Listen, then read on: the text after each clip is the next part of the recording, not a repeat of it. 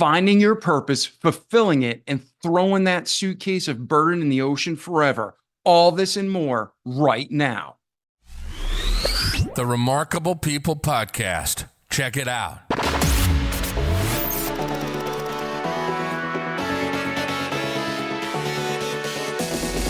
The Remarkable People Podcast.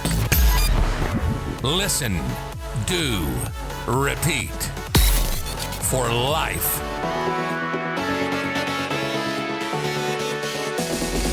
The Remarkable People Podcast. Hello, friends. Welcome to this week's episode of the Remarkable People Podcast, the Barbara Brehon story. This week, you are going to hear from a remarkable woman. She talks a little bit about her childhood, then we get into what she does to help us grow. And then we move back into their childhood and we kind of touch on a pain spot for her. And even during the episode, not only are we growing and learning, but she's learning about herself. So what do we talk about in this episode? Man, we're going to talk about finding and fulfilling our purpose, which I know you hear about all the time, but she takes a more biblical approach to it, and it's excellent. Then we talk about moving past our pain. And instead of carrying that suitcase around with us and that burden on our back or going back for it after we left it down, God lets us move forward and be free. And we go and pick the burden back up. She talks about how to release that. Then we also talk about how pain can have an influence in our life and how the physical pain and ailments of our past can have a huge and real effect on our lives, not just then, but now. So we talk about so much with Barbara, and she talks about how we can really have freedom and fulfill our purpose. And it's a great episode. So get your pen and paper ready, take notes. If you have any questions, reach out to Barbara, reach out to myself. We'll help you in any way we can. But the goal is to see you have peace and joy and fulfillment and have a better life than you ever imagined. So you glorify God and live the life God intended for you. Even if you're not a believer, you can have that freedom. If you don't believe yet, you'll see that the freedom comes when you trust Christ. But if to this point in your life you haven't, listen to Barbara's episode, reach out to us. We'd love to help you come to know him. Before we begin, you can always fast forward, but check out this great offer. Remarkable People Podcast is sponsored by 3 organizations that we've used, loved, vetted, and completely believe in their products. These 3 organizations sponsor our podcast for season 10, and we are so grateful and thankful. And we're not thankful and grateful that we're making income. We're thankful and grateful that they're giving you promo codes you can use to better your life, save money, and get quality products you absolutely love, okay? When you buy from these companies, you benefit, their company grows and benefits, and our podcast gets a piece of the pie, and we can continue to bring you great episodes. So it's a win-win-win for everybody. So who are these 3 companies? MyPillow. You go to mypillow.com, buy whatever you want, use promo code REMARKABLE, sheets, pillows, towels, blankets, mattress protectors, mattress toppers. I use them. They're the best I've ever used. I sleep better than I have in my whole life. Use promo code REMARKABLE and up to 80% off everything you order every time. So thank you, MyPillow. Go check out their website.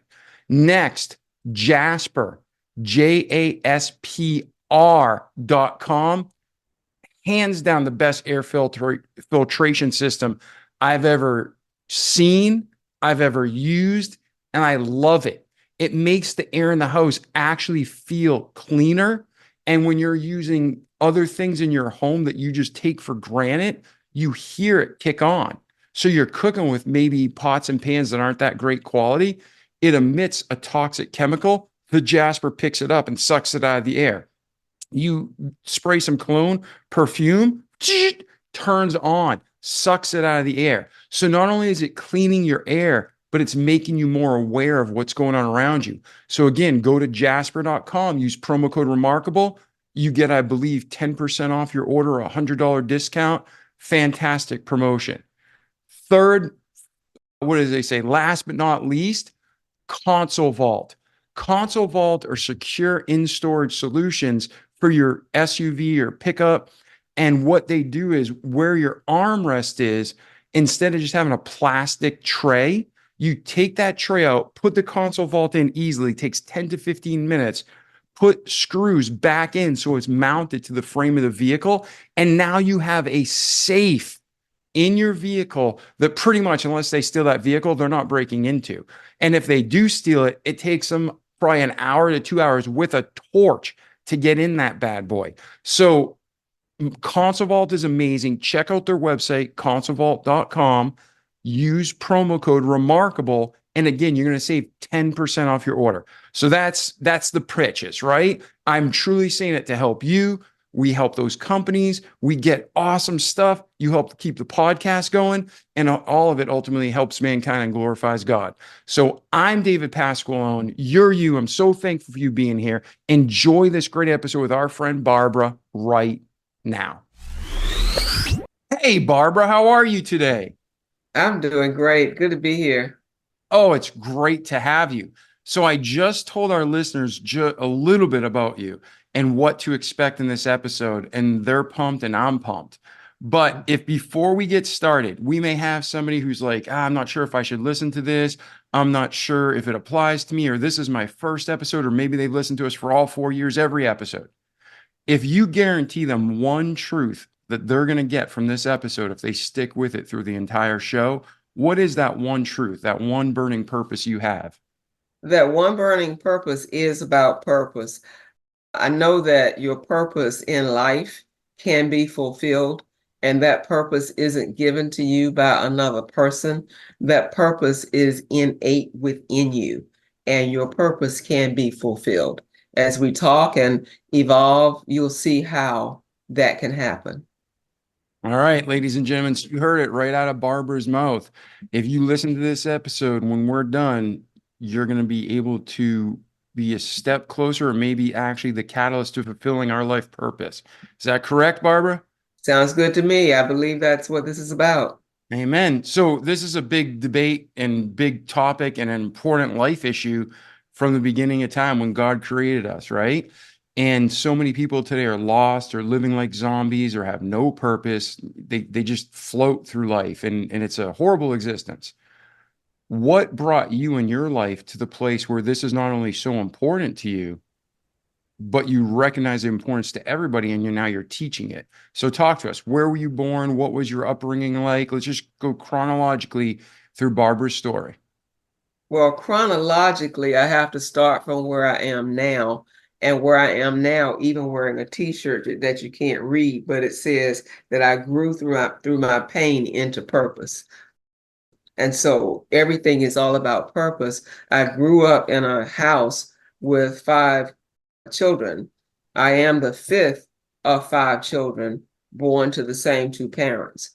I lived in a home growing up where both my parents were there. I've never not known who I am and where I come from.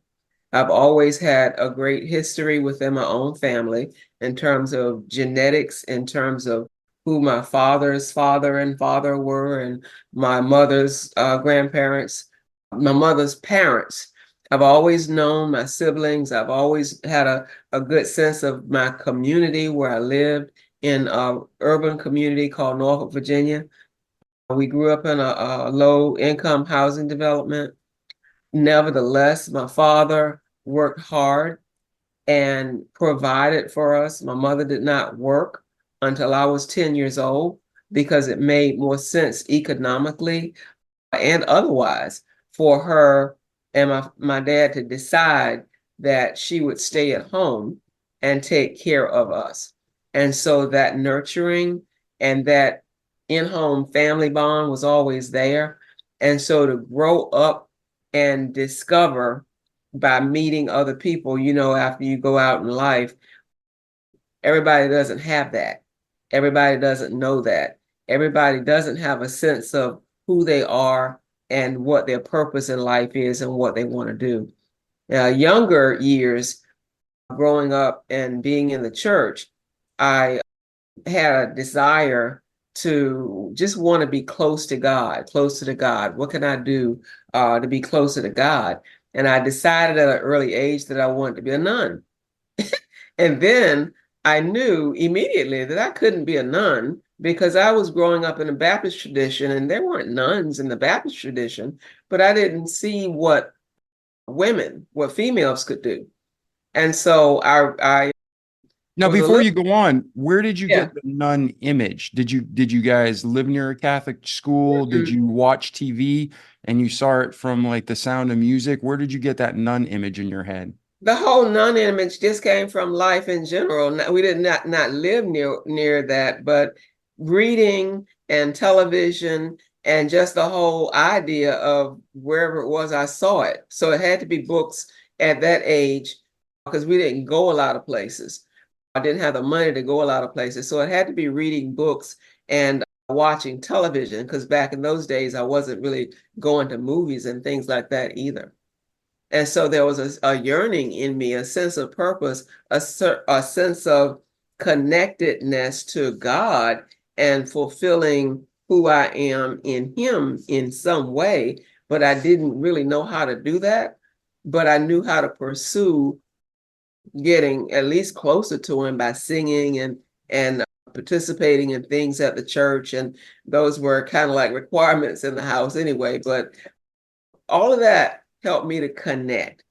And then going to high school, I wrote a paper for my senior year. You got to have a research paper. And I wrote a paper that had everything to do with helping people. And I knew that I always wanted to help people. Again, this is all about my purpose and my connectedness to who it is that I think I am. I always wanted to be a teacher. I always wanted to be close to God. So there's this always, because I've never not known who I am, I just didn't know how to get to. And so the ministry that I serve now really focuses a whole lot on helping people with the how to, not helping people with the what. What I try to do is escort people to their what, help them to identify their purpose. And so you have passions in life. You have things that you've dreamed about and those kinds of things. And there's no reason that your purpose can't be fulfilled. You just have to filter the voices that you hear. And so in my life, I've learned through pain and hardships and bad relationships, good relationships, neutral relationships, that all of them are just as important as the other. None is more significant or less significant because all of it compiled make me who it is that I am. And nothing is a mistake. Nothing is a coincidence in my thinking. It all comes together to build that person that you have been designed to become. I Yeah, hope that I'm making sense to somebody other than myself, because this is really at the heart of who it is that I am, and the heart then of the work that I do for God. In my no, writing, in my podcasting, and whatever it is that I do, I'm trying my best to hit that same button over and over again. What's my purpose? How can I help somebody else achieve theirs? How am I growing? Am I helping somebody else to grow? absolutely. And that's what we should do. Glorify God, help, love God, love others, right? So we have listeners from all over the world. We have listeners from every culture. Like there's one race, the human race, but there's different countries, there's different cultures, there's different subcultures.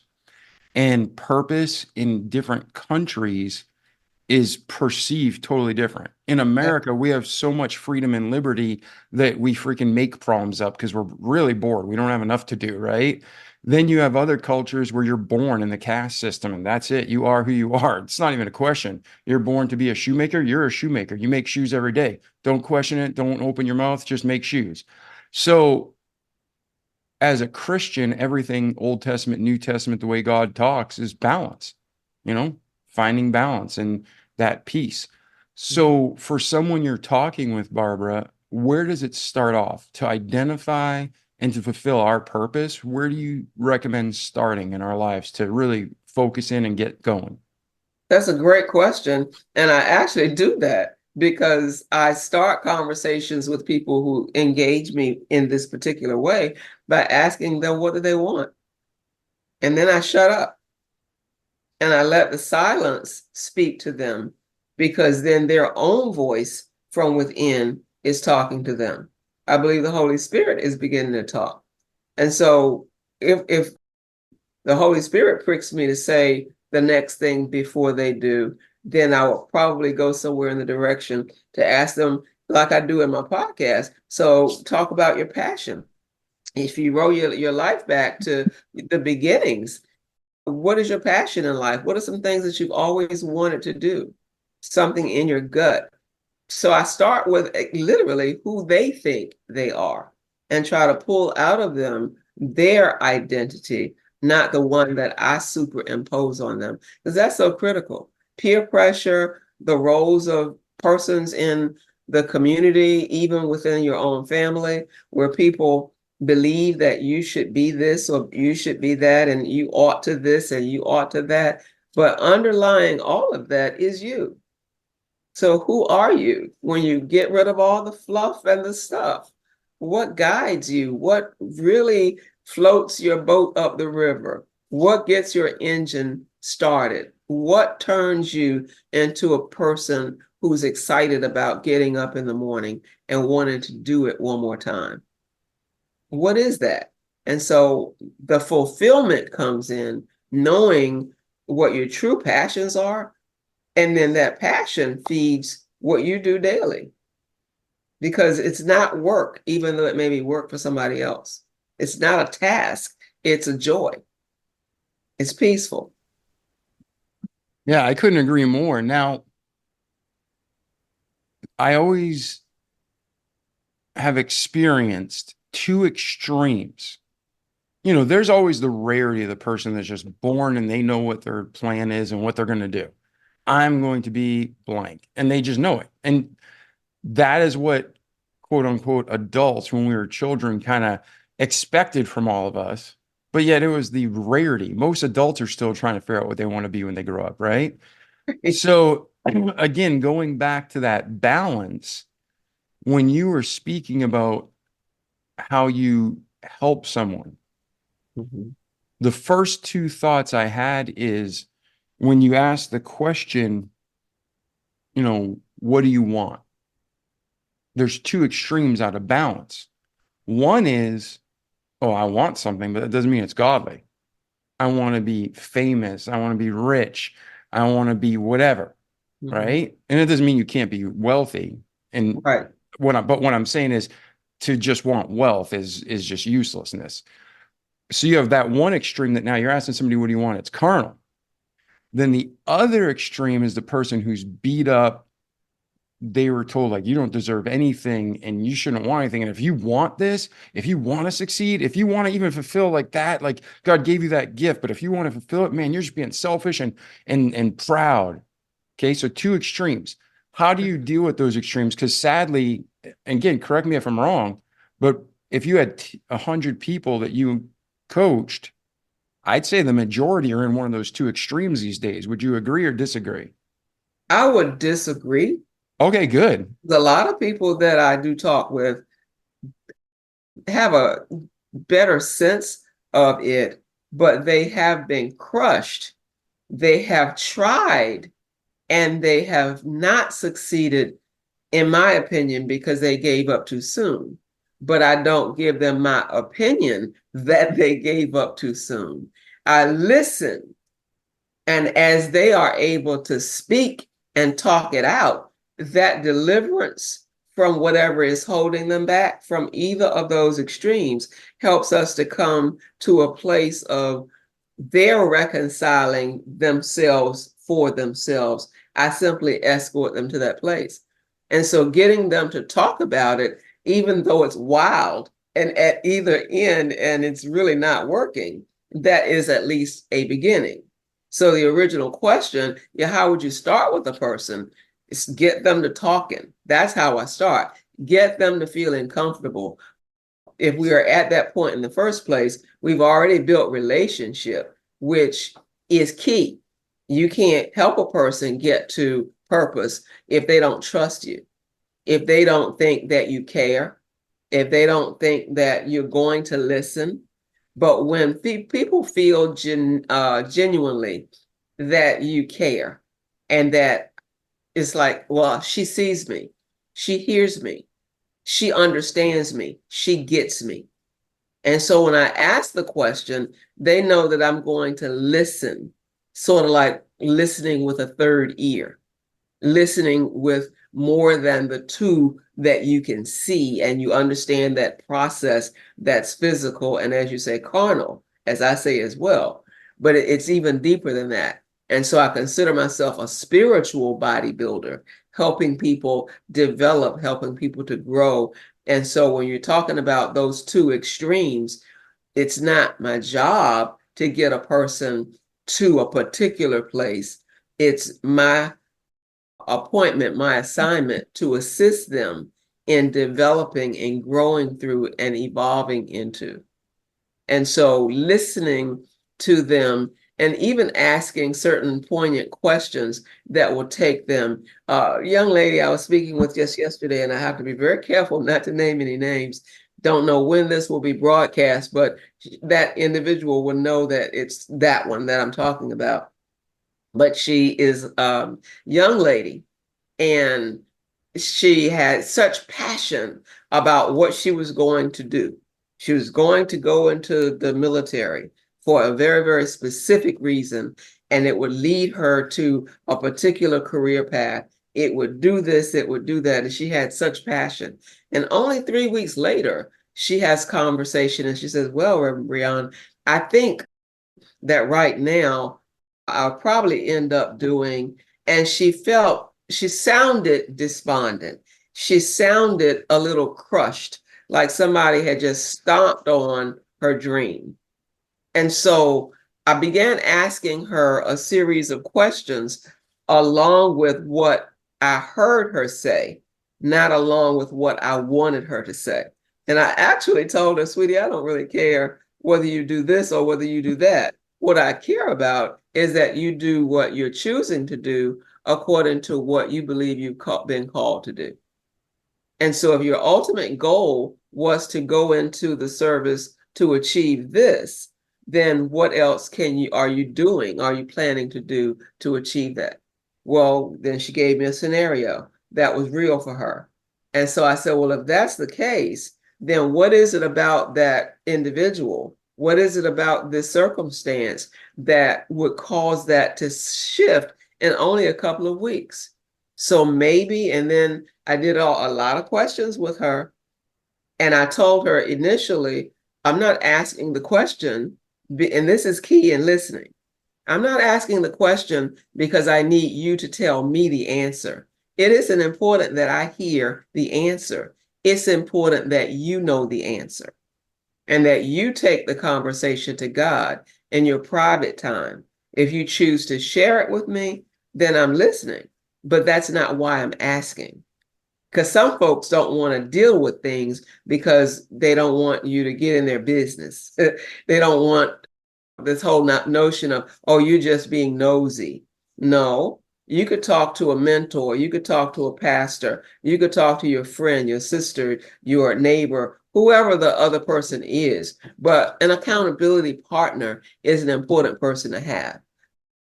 Any hindrances that you have, share it, talk to somebody that you trust, that will hear you and will ask you questions about what it is that they hear you saying, so that you can better reflect on things. Because, once you start talking about a thing, you hear yourself. And sometimes you change in the middle of the sentence because that doesn't even sound right. Oh, that's not really it. I haven't even finished the sentence, but I see now that, and that kind of thing is what excites me when I see the aha moments and those lights going off in a person's eyes, and they just light up because they see a revelation going toward who it is that they are. And as she walked away from me yesterday, She had a glow. She was glowing. She had a smile on her face. Now, whether she had the answers or not, I have no idea. But she wasn't dejected and despondent like she was. And this was just in a brief conversation right after we finished the worship experience in the sanctuary. And we were getting ready to get in our cars and go home.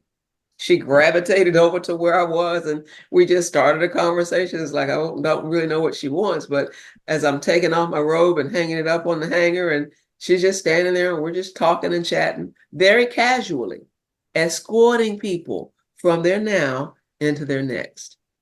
Doesn't have to be a certain kind of relationship, but just as a human being helping another human being. And that's why I was telling you initially that by the end of our time together today, David, that people will understand a better way of a how to fulfill their purpose. And it's not really a step by step, you got to do this, you got to do that, and a list of all of that. The basic thing is to address yourself and address it in a safe place. No, yeah. And when you were talking, I kept thinking about, not everybody who's listening right now, you as the listener, you don't have to believe in God. That's right. Barbara and I do. And all over the world, there's different, again, cultures, religions, and thoughts. But both Barbara and I are coming at things from a biblical worldview. We believe the Bible, 100% God's word, and trust it. And we've had that joy and peace from in our lives. So we definitely want to share it with you. Right.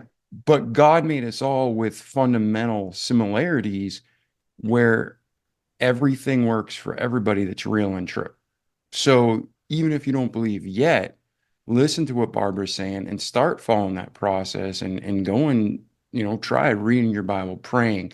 But these processes don't work just for some, they work for all. And when Barbara was talking, I kept thinking about the verses in the Bible, many verses it talks about how, a merry heart doeth good like a medicine, but sorrow is like rottenness to the bones. And Satan tries to crush us. There's a real God and there's a real Satan. And God's huge and Satan's this little tiny evil ant. But the thing is, he's still real and he wants to hurt you. He wants to hurt me. He wants to hurt Barbara. And he tries to crush our spirits and steal that hope and joy. So, Barbara, for the listeners out there who are crushed, who are lost and feel discouraged, I was just talking to somebody in the last 24 hours and they were talking about their childhood because they have this amazing gift set. And I commented on it. And then as soon as I commented, you saw them get sad instead of happy. Yeah. And then they revealed that when they were a child, their mother told them how worthless they are and don't even try. You're going to fail because you're a loser. And now as an adult in their 40s, this person still believes that lie. So many times Satan puts seeds in us through other people he's influencing, and we are crushed. How do you recommend people start feeling that joy and get out of the crush cycle? The beginning, again, is introspection, self-reflection. What not necessarily made me this way, but what if I had it exactly like I wanted it? What would it look like? Actually, to me, begin with the end in mind. What do you want? That's what the what do you want is for. What's the end result? What's the goal? What are you striving for? You're sad because you can't. And then I want to know, do you know what it is that you want? Do you know why it is that you're sad? If the sadness went away, what would that look like? If the sadness, if the despondency, if the pain went away, what would it take? And the answer to that at the bottom of it is generally that there were external forces, whether they were people or circumstances that were beyond anybody's control, catastrophe or whatever. The bottom line sometimes is the simple fact, which is difficult to address, that people haven't addressed and forgiven themselves and accepted themselves or even liked themselves because of the external circumstances in their environment from people or circumstances beyond anybody's control. And so to get them to hear their own voice, to get them to address the bottom line that you've adopted this because, and now you're so used to having it, that negative that holds you back has actually kind of become your best friend. And you need a new best friend. You need to get to like yourself, appreciate yourself, want more for yourself, expect more for yourself. And then they begin to ask those, well, how do I do that questions? And it's not a list of rules and regulations. It's a lifestyle where you make a decision. I want more for me. I want peace. I want this. And then what does that look like for you? So then ultimately, what are you going to do about it? And you take baby steps. That if there's anything where the steps come in, that's where the steps will begin. When you address, okay, here is the tangible goal toward my peace. Here's a tangible goal toward my forgiveness. Here's my tangible goal toward, so realistically, within the next 24 hours, what can you do toward that? Within the next week, what can you do toward that? Now, looking back on the last month, what have you done to accomplish that? And even if the answer turns out to be nothing, then, well, how come? What do you think held you back from? And we're not starting again because the first step was to address it. And at least we've still done that. And so it's not a woe is me, and it's not a tied up basket of knots. So let's deal with what it is. Let's deal with who you are. And again, that's all about purpose and fulfilling the purpose. Not being squashed by the pain and the sadness and the rejection and all the things that cause us to be hindered from proceeding toward purpose, but addressing all those realities and moving beyond them. Yeah, when you're saying that, it reminded me one of the, like quotes hit everybody different and at different points in your life. Someone said to me once, Rome wasn't built in a day, which we've all probably heard, but it was built every day. And that's what you're just explaining, that continuously the next step. What can I do in this hour? What can I do in this day? What can I do in this week, month, year? So I think that's great advice. What tools or techniques do you usually recommend to people to get started in this reprogramming of the brain and this new mindset? The first thing is always finding at least one trusted other. And I pause after the word other so that it will resonate. Find at least one trusted other where you can depend on them to hear you. It doesn't have to be a professional person. It has to be somebody that you trust. And you can just call them, you can just visit with them, have lunch with them, visit with them in the grocery store or whatever. But one person that you can simply dump something on for 5 or 10 minutes. Another way is to journal. Now, I'm a huge fan of journaling because once you put it out there, you don't have to worry about constructing perfect sentences or using the right words. It's for you. And you're at least releasing it, which is what it's all about. So whether it's a person, because some people are talkers and they want to be with another person. And so finding a trusted person is what they need because they are expressive verbally. The other being a journal, some people are so introverted and so private and so maybe even, here's the good word for this whole conversation, ashamed. Maybe it's the shame that you don't want to express it, you don't want to address it, but you can do that privately in journaling. Those are two ways that can work simultaneously or separately or in an evolutionary sense, depending on the person that you are. You may be more intro or extroverted. You may be more of a writer or more of a speaker. But those are ways, but the key is getting it out, releasing the pressure valve, speaking it, putting it out of there so that you don't explode eventually because you're like a pressure cooker. And if you don't eventually get it out, it will explode and possibly even kill you, because we know that stress and other kinds of things affect us medically, physically. And if we don't take care of ourselves in the spiritual, in the mental sense of, in the sense of mental health, then those are things that are devastating to our physical bodies, to our mortality, as well as to our families and a whole network of people that see us and feel us as toxic because we come with so much baggage, and that can be released. People can let go of if they choose to, but they simply have chosen to, but that some people just don't know how. And that's why when you asked me something a little while ago, I said, well, not really the extremes. With the majority, I found that the people that really do just don't know how, and they don't have somebody they trust that can escort them through. Because you may have the ability, but if I don't trust you, I'm not going to talk to you.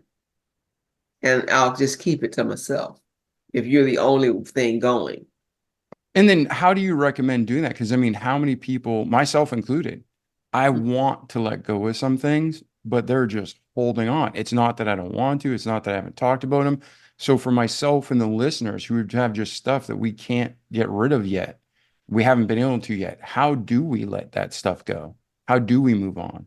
Again, I go to, if you're not comfortable with another person, intrinsically, for me, go to God. Mhm. For a person who is a non-believer, you go within yourself and ask yourself those tough questions. Why won't you let go?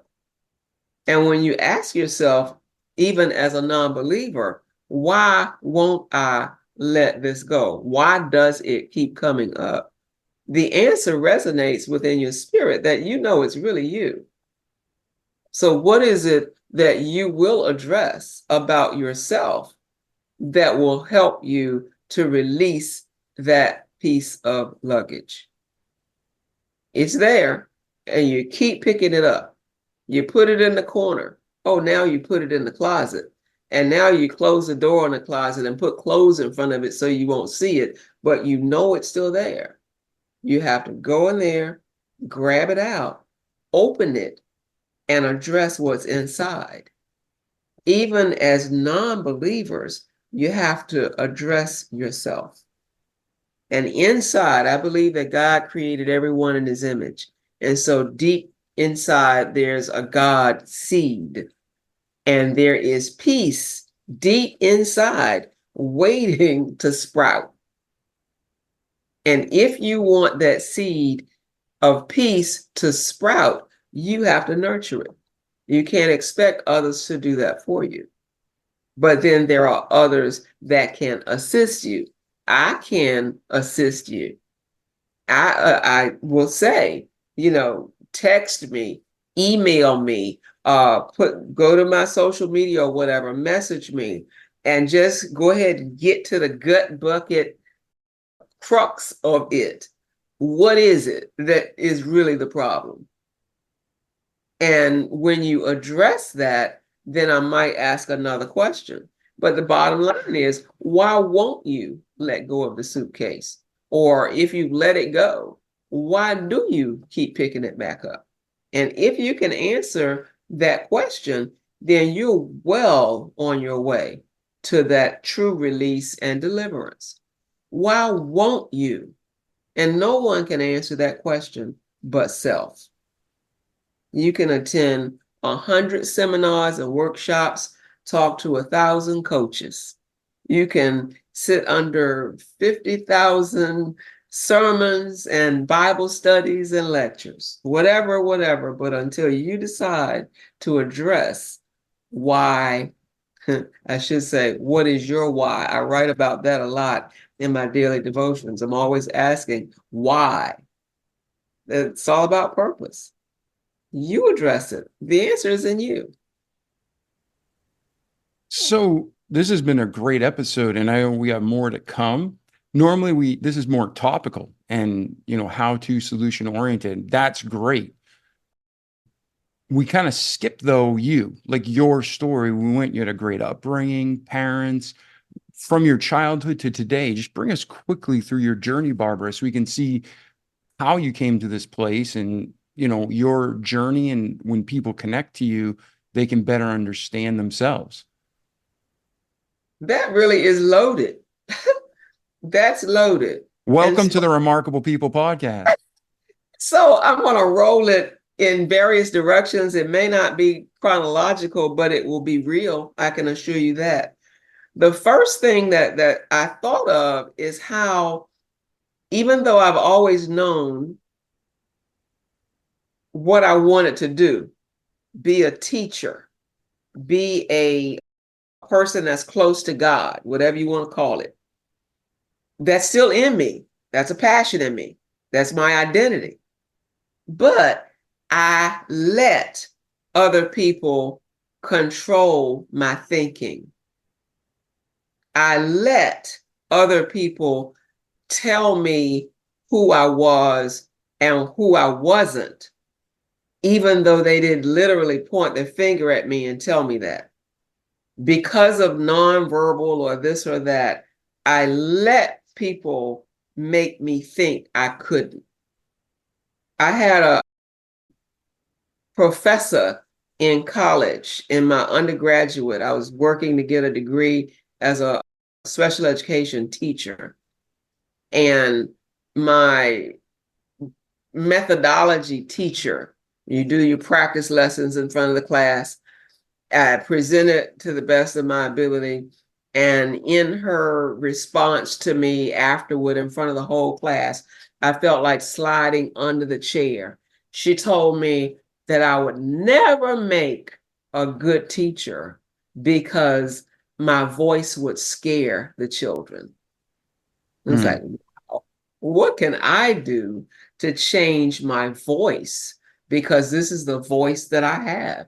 And so for another couple of years, I walked around talking to people. And one day my mom finally asked me, why you start talking like that? And what I had done was pitched my voice to be falsetto. And I was just talking so that I wouldn't scare the children. And that came from her. So if my genetics give me the voice that I have, then how I had to decide, can I use who it is that I am to portray what it needs to portray? That's just one example of listening to others. In ministry, being a female coming up in a world of male domination, and then I crossed that threshold and went for it anyway. And here I am today, still doing whatever. And in that line, seeing and understanding and trying to please so that I would be accepted. That's another piece of it. Not going to go into a whole lot of detail because we're trying to fast forward it here. But you can see as a young adult in college, I might have been around 19, 20 years old, and this was told that my voice would scare people. And then people that I was in ministry working under or working with, I allowed them to make me feel like I had to do ministry a certain way in order to be like the tradition. And so the ministry that I do, I know is out of the box, which is why my logo is the way that it is. It's butterflies coming out of a box, because that's me, you, and anybody else. That doesn't need to be confined by what the world expects.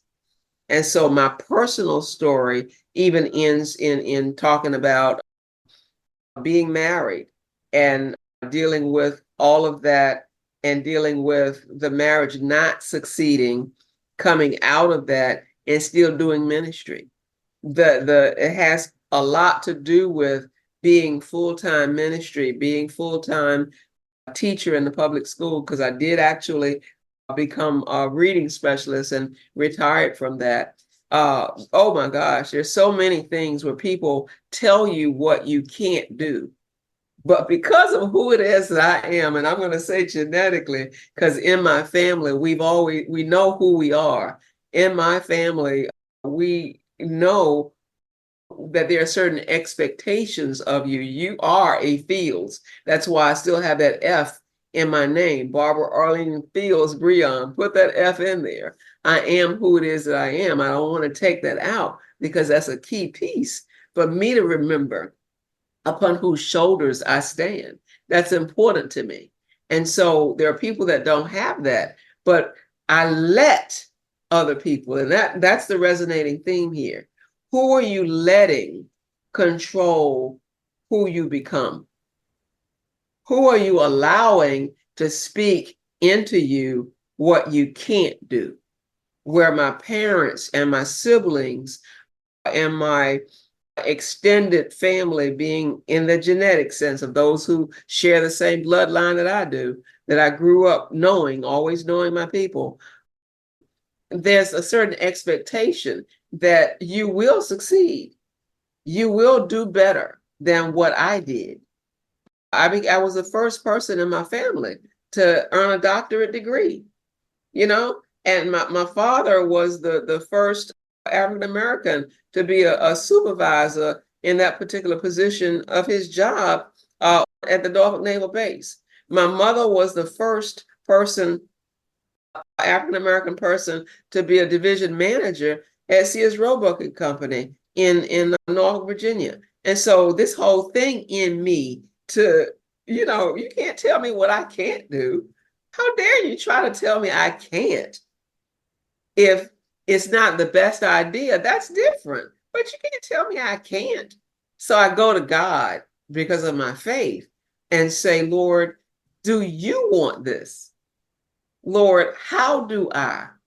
Lord, who do I go to assist me with this? And so you don't necessarily tell anybody everything, but God will always show you who to go to for everything. And it will be somebody different. It may not always be in the same package, in the same container. So as I look back from my childhood and through my young adult years, that was turbulent. And I don't generally publicly speak about it. I've really never publicly spoken about it. But the teen years and early young adult years were, I would say at this point, looking back, traumatic, but I didn't realize going through it that it was because I was sick. I had a dreaded disease and it was very painful. And every time the doctors thought they had fixed it, within a few months, it came back. And so a lot of what people thought they saw in me in those days wasn't what they thought they saw. It was my camouflaging physical and literal pain. And so in my later adult years, I've been more healthy than I was in those days. And for most people, it's the other way around. And go to the doctor and get a clean bill of health. But those were turbulent times in sense of navigating purpose. And despite those things, those physical barriers, and despite those mental barriers of allowing people to tell me what I couldn't do, there's this streak in me that comes, I think, from my family line. If it's difficult, address it. Admit it. Get the help that you need. Do what you need to do and get it done. So how can I help you? What do you need?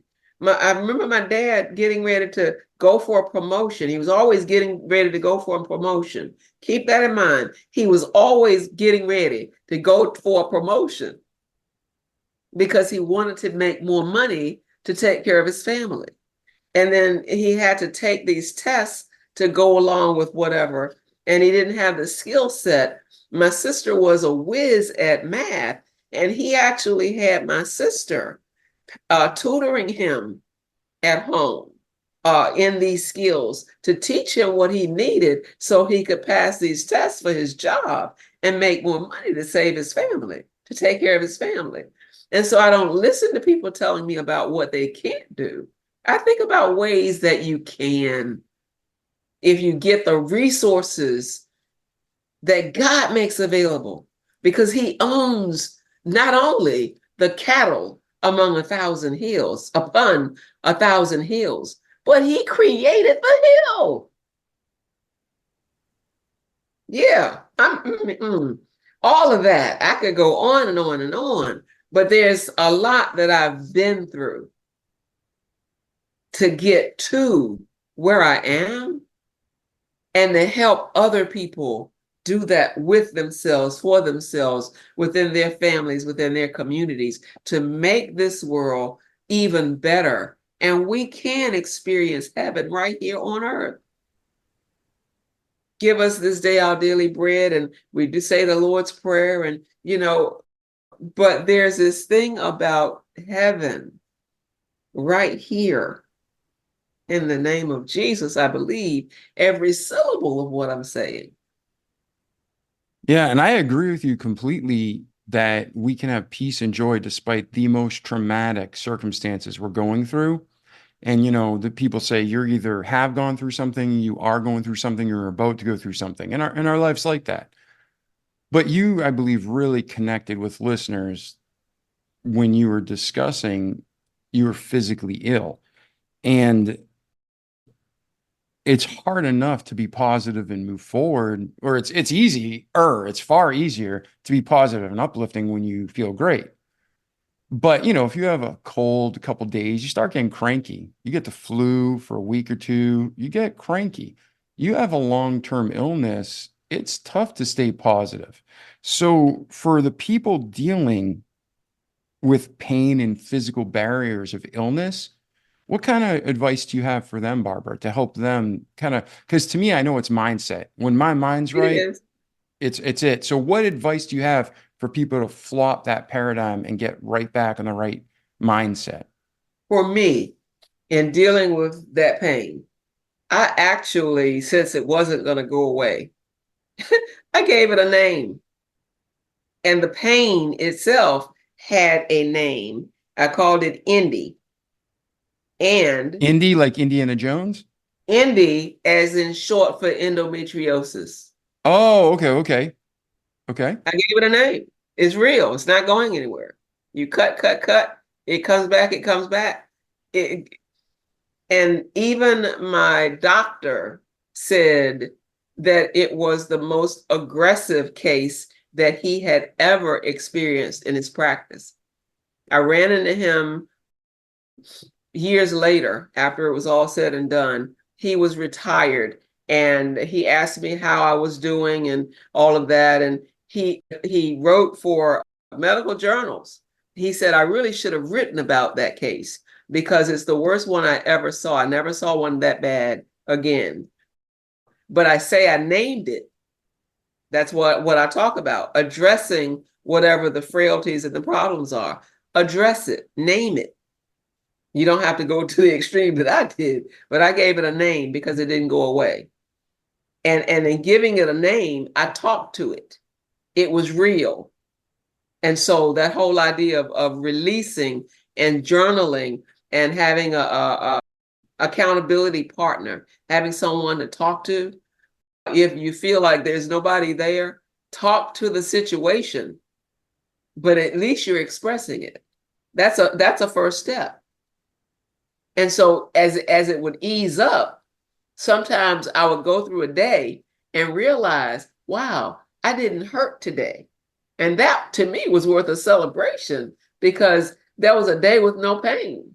Those were rare. But talk to it, talk to the situation, address it. That's a start. Don't avoid it, don't evade what's obvious. There's an elephant in the room. Talk to it, address it, deal with it. Even if it's personal and private, at least it's step one, getting it out there.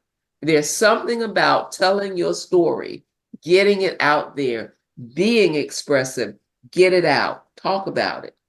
Even if, like I did, I named it ENDY, endy, short for endometriosis.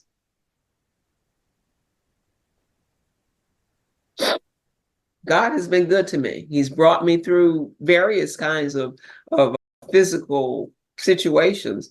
And I always reflect on that. If I went through that when I didn't even really understand what was happening to me, and I survived and I accomplished this, that, and the other, then why not go ahead and do something else? And here I am in my retirement creating podcasts and creating what do you call them, digital apps and all this kind of technological stuff. And were those my goals? No, but those were my how-tos in order to do what God told me to do. Go ye therefore and preach, teach to everybody, everywhere, go everywhere. Okay, so now I'm understanding that because of COVID-19, I realized that going everywhere, which I am a COVID survivor, right? And so in those days, okay, I can use technology even while I can't get to people to get to people and express and still stand upon the mountain and proclaim his holy name. I can still do that. And so every time he gives me an opportunity or another platform, I want to learn how to use it. I want to stand tall on that mountain and proclaim if that's what he gave me to do. Beautiful. So, Barbara, we've covered a lot of topics, and I don't want to miss anything that God's put on your heart. Between your birth and today, is there anything we missed in your story that you feel led to share before we transition to where are you today and where are you heading next? So how me and the listeners can help you now. Well, always that one thing is always remember to relax and enjoy being. And I'll put an exclamation point behind being. That's not an incomplete sentence. Enjoy being. There's something about the theology of existing. You can just relax and enjoy being alive. In him I live, breathe, move, and have my very being. To be able to know that one of the things that you like is just looking at the clouds and looking at the different shapes. Take a moment and look up. I like nature. Just stop for a moment when you walk past and look at the flower for an extra 5 seconds and appreciate that is a gorgeous shade of purple or yellow. You see the bumblebee buzzing, don't run from it. Stop and look at it, suck the nectar from the plant. Just relax more. Find 5 or 10 minutes in every day simply to relax and be. And some of that peace that surpasses all understanding will come to you in those moments. That's a key part of purpose, peace, and relaxing and enjoying life. Well, that's great advice. And that's something, especially our culture, we're so distracted, we're so busy, and 90% of it is useless and unnecessary. We're distracted on focusing on the wrong goals or running the race that somebody else laid out for us or what society said we should, quote unquote, should be doing. So I think that advice is beautiful. Just relax and enjoy being. Just be still and know that I'm God. Amen. All right. So where's Barbara today? Where are you heading next? How can we get a hold of you? And how can we help you? Well, now, Where I am now is in the midst of book touring. I have 4 books that I have the privilege of authoring with the Lord's help, and they're all about discipleship, disciple making, developing intimacy with God, each of them in succession, leading toward the other. The last, dealing with adversity, is actually called Beyond Adversity: Chronicles of Trailblazing Women. I wrote 1 chapter in a book where the visionary of that project, Andrina Phillips, asked me to write something because she considered me a trailblazing woman. And so I wrote about a pivotal time in my life where I stepped outside of a box and where I actually moved beyond adversity. I moved from my area of urbanness to ruralness, and you can read more about that in the book. How can you help me? Download my digital app. It's free. Go on my Amazon page, amazon.com, and order my books. That will help me, because my content in the app, my content in the books, my content on the podcast, which is my YouTube channel, Favored by the Father Ministries YouTube channel, all the content is about guiding people to purpose and fulfilling and growing in grace, which is God's special favor. So favoredbythefather.com is my website, which is right now being rebuilt. I wanted a fresh new look, so someone is rebuilding that as we speak, but the domain is the same, will be the same, favoredbythefather.com. My website, my Amazon page, just put my name in for the author, Barbara A F Brehon, Barbara Brehon. Digital app, Favored by the Father Ministries, with and then my YouTube channel, again, Favored by the Father Ministries. I'm all over social media, so you can look me up with my link tree, or you can look me up with all of the social media, what is that? LinkedIn and Yeah, all the different platforms. And yeah, we'll all put a those link. different ones. Yeah. Put my name in, and it's like Google me. I'll pop up somewhere. All But reach right. out to me. But my email address is favoredbree@gmail.com. And I generally look at that regularly, because I do encourage people to reach out to me individually so that I can reply back. And within 24, 48 hours, I should be getting back to you. So if I don't, hit me again, because in a plethora of emails, I may have missed it. So just hit me a second time. All right. Yeah. And like always, ladies and gentlemen, we'll put all of Barbara's notes in the show notes section of your podcast player, the website where you're watching this. However, I won't put the email address in because I don't want a bot to get in and spam the crap out of you. So the email address, Barbara, repeat that again for our real human listeners so an AI bot doesn't capture it. Favoredbreh@gmail.com. favoredbreh@gmail.com. There you go. So now you get the email. Everything else will be in the show notes. And worst case scenario, just reach out to her on her website, contact us page, or LinkedIn, or social media, and she'll still get back to you. Well, Barbara, it's been a true honor to spend this morning with you today, or afternoon, or evening, depending on where the listeners are. I really am thankful for your time that we met.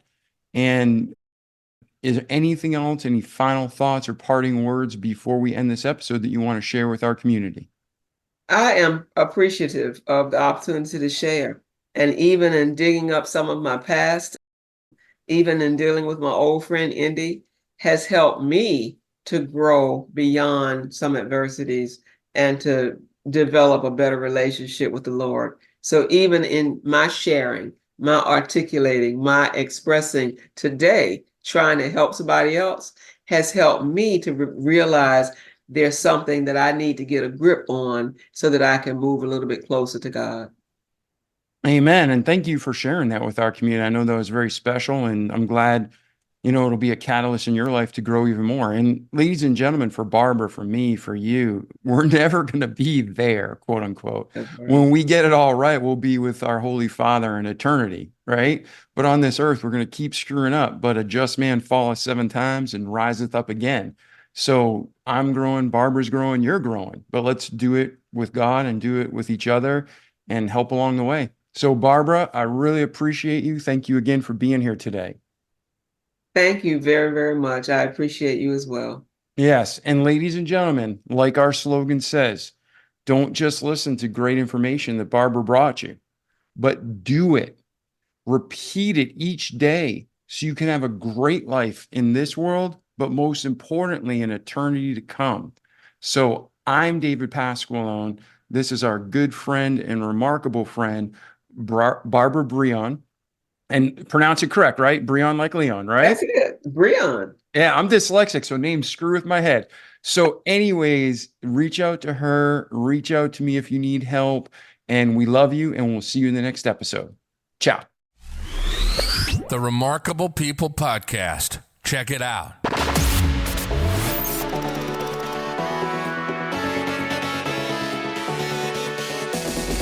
The Remarkable People Podcast. Listen, do, repeat. For life.